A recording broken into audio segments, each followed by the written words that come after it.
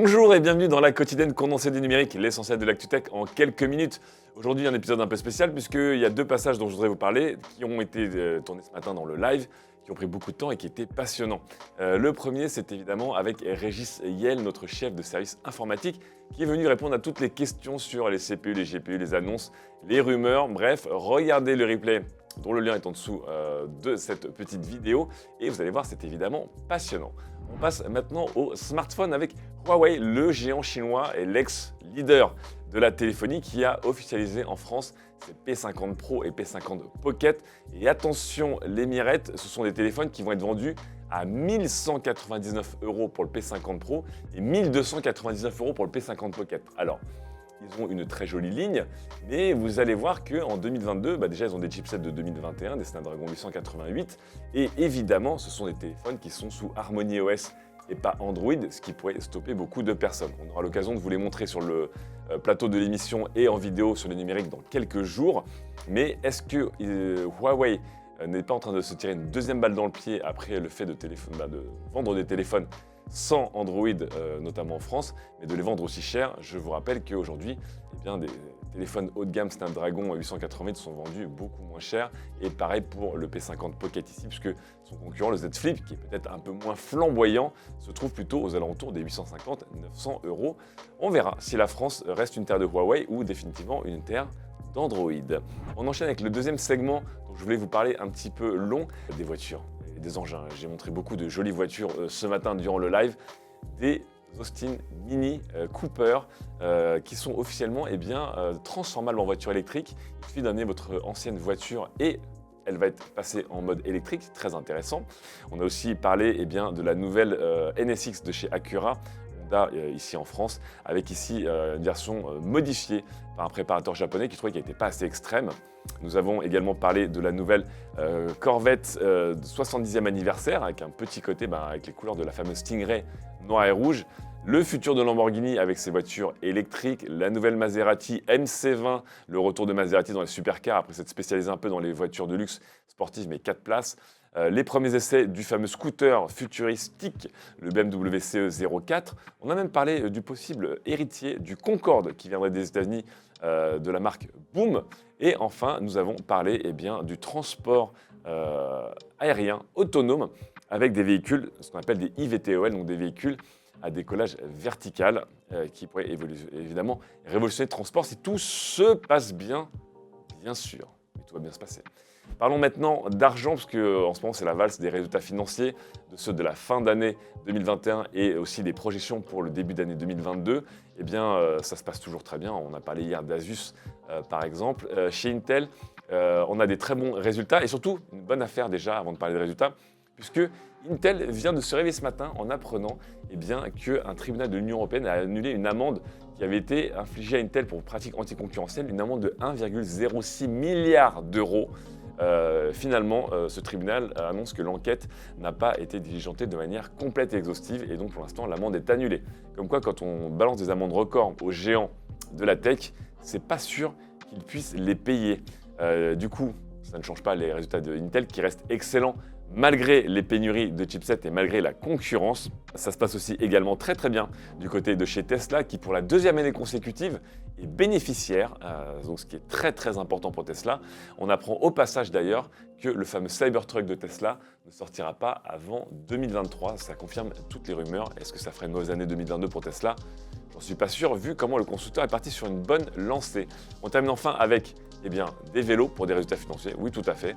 Et des vélos avec la marque Cowboy, la marque belge, qui vient de faire une levée de fonds de 80 millions de dollars et qui valorise l'entreprise à plus de 100 millions de dollars. Et donc très belle réussite pour cette entreprise qui se place dans le fameux segment des vélos entre 2 et 3 000 €, là où se trouve notamment VanMoof. Hop, on termine avec Samsung également, qui bat des records de revenus. Mais les bénéfices sont un peu en baisse. Bonne nouvelle, c'est que les téléphones premium notamment ont plutôt affiché de bons scores et Samsung s'attend à augmenter encore cela. Toute la partie évidemment fournisseur de Samsung, c'est-à-dire les écrans, la mémoire flash et la mémoire ROM, cartonne également. Donc ça se passe bien pour Samsung qui donc a des bénéfices en baisse mais des revenus globaux en hausse. Dans toute cette tech qui cartonne, il reste un petit village d'irréductibles des Français. 7% des Français ne possèdent ni smartphone ni Internet. Faites-vous partie de ces personnes? Évidemment que non, n'essayez pas de me mentir, parce que vous regardez cette émission, littéralement, sûrement sur votre smartphone d'ailleurs. C'est une étude de l'INSEE sur le taux d'équipement de la population française. Et évidemment, c'est le carton plein chez les plus jeunes, qui sont équipés à 94%, les 15-29 ans, mais juste 36% chez les plus de 75 ans, notamment pour le smartphone, et ces derniers ont souvent Internet. Il faut vraiment aller chercher le diagramme de Venn pour trouver les personnes qui n'ont ni Internet ni smartphone, et qui représentent, j'ai envie de dire mais tout de même, 7% de la population, ce qui fait quelques millions de personnes qui, est-ce qu'elles ne sont pas du tout équipées ou est-ce qu'elles essaient d'échapper à la grille, tel Will Smith dans le fameux film? On essaiera de leur demander, on essaiera de les joindre par carte postale, on verra. En attendant, nous, on est vraiment très connectés et très tech, et on ne va pas s'arrêter là. Et alléluia, pour les gens qui, comme moi, ont précommandé le Steam Deck de Valve, eh bien, ils vont pouvoir enfin finaliser leur précommande le 25 février. C'est la date qui a été annoncée par Valve et les Steam Decks seront envoyés quasiment dans la foulée. Donc, on aura bientôt une réponse. On va enfin pouvoir mettre une petite mimine sur ce qui est une Switch pour certains et un micro PC portable pour d'autres. On attend très impatiemment. Je vous rappelle qu'entre les collègues de Gamecult, nous et puis moi en perso, on devrait recevoir normalement les 3 versions de cette Steam Deck pour le 25 février. Est-ce qu'elle fera tourner Crysis? Will it run Crysis, le fameux running gag des PC et des benchmarks avec le fameux FPS qui était tellement gourmand en ressources.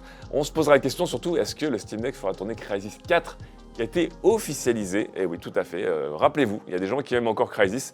Et donc, l'éditeur allemand Crytek a officialisé le retour de son FPS super spectaculaire. On espère qu'il mettra à genoux tous les PC les plus puissants et toutes les solutions de cloud gaming les plus performantes, bien sûr. On termine avec 2 points, des médias et des robots, parce que pourquoi pas. Des médias avec un bras de fer entre Neil Young, le fameux artiste, et Spotify.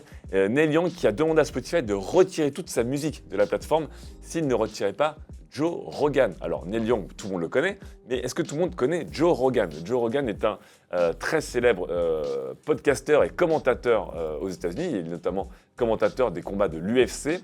Mais il a aussi un podcast qui s'appelle The Joe Rogan Experience et dans lequel il reçoit beaucoup d'invités pour des discussions, on va dire, plutôt libres. Ça cartonne tellement que Spotify a signé, a mis remis sur rond pour faire de Joe Rogan un podcasteur exclusif Spotify. Le problème, c'est que ces derniers temps, Joe Rogan avait des avis, on va dire, très spécifiques sur la vaccination. Et avec des théories comme le fait que les jeunes n'ont pas besoin de se vacciner ou qu'il faut prendre de l'ivermectine si vous êtes positif au Covid et autres. Il y a eu beaucoup de levées de boucliers, mais les audiences continuent de cartonner, donc Spotify le garde. Et donc, Neil Young a envoyé une sorte de lettre ouverte sur son site, pour menacer Spotify, et Spotify a pris sa décision. Ils ont tout simplement retiré Neil Young de leur catalogue. Alors, officiellement, grand regret, mais pour Spotify, ils ne lui ont pas laissé le choix, ils ne comptent pas retirer Joe Rogan de leur catalogue de podcasts, et donc ils ont respecté les souhaits de Neil Young. Comme quoi. Allez, on termine sur un dernier point futur avec le fameux robot Spot de chez Boston Dynamics. Vous le connaissez bien dans les vidéos virales, ce fameux robot à 4 pattes jaune qui est utilisé de plus en plus dans plusieurs services pour aller dans des terrains dangereux, pour aller dans des terrains radioactifs, pour aller faire de la reconnaissance, etc. Un usage un peu plus étonnant et qui a beaucoup fait discuter. La police de Hawaï a utilisé une partie de son fonds de Covid pour acheter un de ces robots Spot, 150 000 $. Pourquoi? Pour aller dans des zones de SDF de l'île de Hawaï et pour prendre la température des SDF. Donc voilà, ça a beaucoup fait réagir la population sur place et beaucoup d'associations en disant que, bien évidemment, ça déshumanise évidemment à la fois le job des policiers et aussi le rôle des personnes sans abri là-bas d'utiliser un robot pour prendre leur température notamment. Et la police de Hawaï se défend en expliquant que ce système permet de gagner de l'argent puisque même si le robot coûte 150 000 $, ils se sont rendus compte en faisant leurs calculs que sur plusieurs semaines d'exploitation, il y aurait beaucoup moins de risques d'avoir un officier de police hawaïen qui devient lui-même positif et qui se retrouve en arrêt.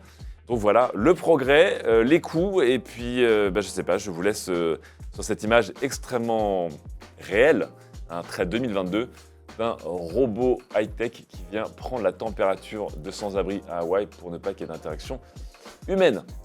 Voilà.